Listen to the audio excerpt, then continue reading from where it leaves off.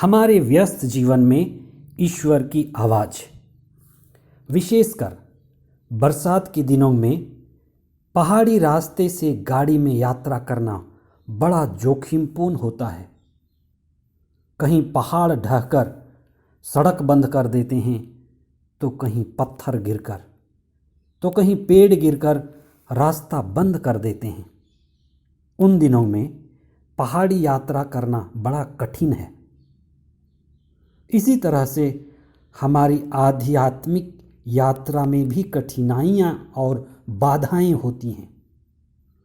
क्या हैं वे आध्यात्मिक बाधाएं? कई बाधाओं में एक बाधा है हिंसा, और हिंसा के कई रूप हैं। गलत सोच, हिंसक प्रवृत्ति, हिंसा की ओर झुकाव, हिंसक शब्द का प्रयोग, और ये हिंसक शब्द हिंसक कार्य में बदल जाते हैं। हिंसक कार्य आदत बन जाते हैं।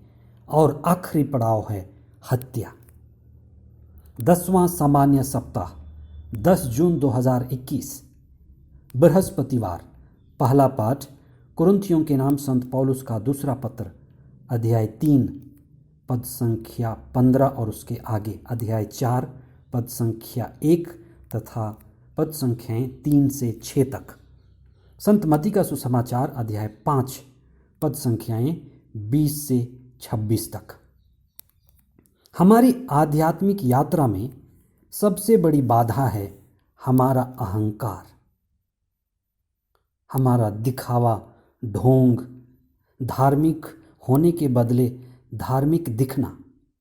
ये सभी हिंसा की भावना से जुड़े हैं तथा मेल मिलाप और क्षमाशीलता की कमी है।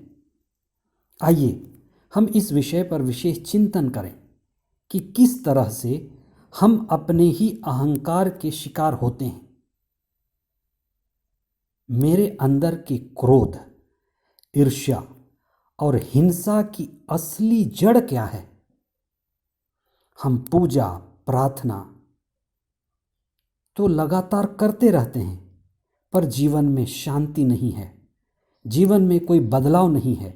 कैसे हम अपने जीवन को सही दिशा और आध्यात्मिक ऊंचाई दें?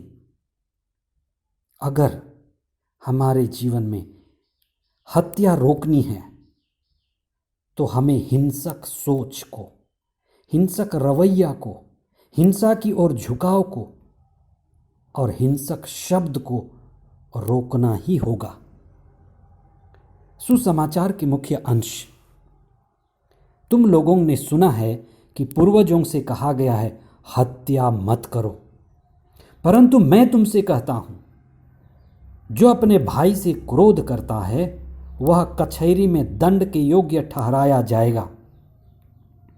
जब तुम वेदी पर अपनी भेंट चढ़ा रहे हो और तुम्हें वहां याद आए कि मेरे भाई को मुझसे कोई शिकायत है, तो अपनी भेंट वहीं वेदी के सामने छोड़कर पहले अपने भाई से मेल करने जाओ, तब आकर अपनी भेंट चढ़ाओ। ईसा ने अपने समय के लोगों में, विशेष करके फरीसी और शास्त्रियों के जीवन में आध्यात्मिकता नहीं देखी।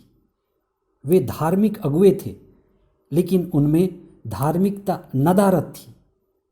धार्मिक नेता और लोग वही करते थे जो संहिता में लिखा गया था। संहिता कहती है, हत्या मत करो। अगर हत्या करोगे तो कचहरी के द्वारा सजा का प्रावधान है। लेकिन ईसा आध्यात्म की ऊंचाई की शिक्षा देते हैं कि कैसे हत्या को रोका जा सकता है। ईसा के अनुसार हत्या करना हत्यारा का आखिरी कदम है। उससे पहले हत्यारा हत्या की कई कड़ियों से होकर गुजरता है, जिसे रोका जा सकता है। हत्या करने वाला हिंसा के कई कदम उठाता है, एक के बाद एक ही बार में कोई किसी की हत्या नहीं करता, न कर सकता है। पहला कदम है गलत सोच, नकारात्मक रवैया, नकारात्मक प्रवृत्ति और झुकाव। और इसी से उत्पन्न होता है गलत शब्द, हिंसक शब्द और क्रोध। ये सभी हिंसा और हत्या की ओर बढ़ते कदम हैं जिसको समझना जरूरी है। हत्या रोकनी है तो हिंसक सोच, हिंसक विचार, हिंसक रवैया और प्रवृत्ति बदलनी पड़ेगी। Negative thoughts, negative inclinations and tendencies, and the attitude has to be changed, which gives birth to negative action and finally death. हत्या एक बुरी क्रिया है, बुरा काम है। हम उससे जज करते हैं, लेकिन असली हत्यारा तक पहुंचना बड़ा मुश्किल होता है। आंख के बदले आंख, दांत के बदले दांत, हत्या के बदले हत्या। लेकिन वह हाथ जिसने हत्या किया, किसी के आदेश का पालन किया। हाथ को आदेश देने वाला कौन है? सोच को, विचार को और रवैया को आदेश देने वाला कौन है? वह हत्यारा के अंदर छिपा हुआ अहम है। वह अहम कहाँ छिपा है? उसी अहम को पकड़ना आवश्यक है। धार्मिकता के नाम पर पूजा पाठ, प्रार्थना, उपवास, दान दक्षिणा, चढ़ावा, ये हम बहुत करते हैं, करते ही जाते हैं, लेकिन रिश्तों में कड़वाहट है, हिंसा है। ईसा कहते हैं, प्रार्थना में सबसे पहले मेल मिलाप जरूरी है, क्षमा देना जरूरी है, जिंदगी में प्रेम को स्थान देना जरूरी है। आइए हम रिश्ता जोड़ें और रिश्ते बनाएं। संत पौलुस कहते हैं, दुनिया में रहते हुए भौतिकता और उसके प्रभाव से हमारा मन और जीवन धूमिल हो जाता है।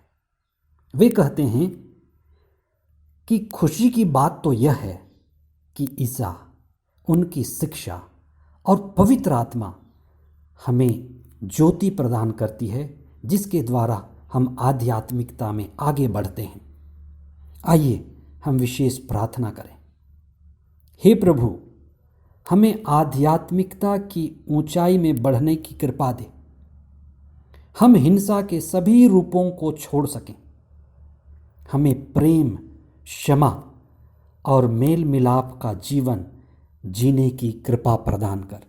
यह प्रार्थना हम करते हैं हमारे प्रभु ख्रिस्त के द्वारा। आमीन।